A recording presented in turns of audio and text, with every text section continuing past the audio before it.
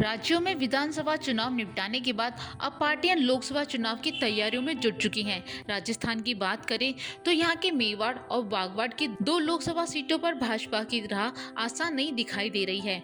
विधानसभा चुनावों के आंकड़ों को देखें, इन दोनों में से एक लोकसभा क्षेत्र के अंतर्गत आने वाली विधानसभा सीटों पर पार्टी तीसरे नंबर पर रही, जबकि दूसरे लोकसभा क्षेत्र के अंतर्गत आने वाली विधानसभा सीटों में पार्टी का वोट प्रतिशत गिरा है। हम जिन लोकसभा सीटों की बात कर रहे हैं वो है उदयपुर, बांसवाड़ा। ये दोनों ही सीटें जनजातीय आरक्षित है, यानी यहाँ जनजातीय वोटर ज्यादा है। इन दोनों ही लोकसभा सीटों पर भाजपा के सांसद हैं। उदयपुर लोकसभा में 8 विधानसभा सीटें हैं।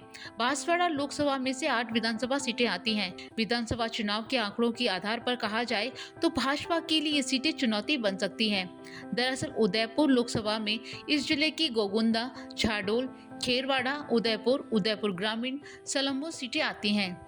वहीं डूंगरपुर जिले के आसपुर, प्रतापगढ़ जिले की धरियावाद सीट भी उदयपुर लोकसभा क्षेत्र में आती है। उदयपुर जिले की 6 विधानसभा सीटों में से 5 भाजपा के विधायक हैं, लेकिन विधानसभा चुनावों में यहां भाजपा का वोटिंग प्रतिशत गिरा है।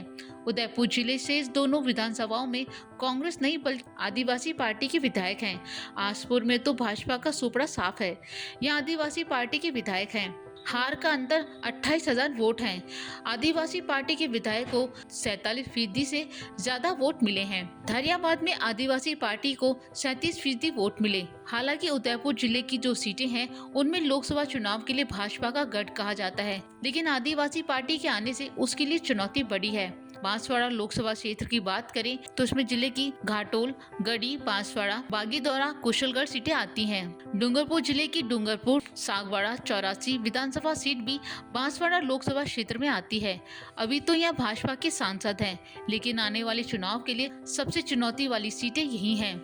इन 8 विधानसभा सीटों में सिर्फ 2 पर भाजपा के विधायक हैं। यहाँ की कुल सीटों पर पार्टी तीसरे नंबर पर है। अब आने वाले चुनावों में देखना होगा कि भाजपा इन सीटों का कैसे साधती है। लोकवार्ता न्यूज़, जयपुर।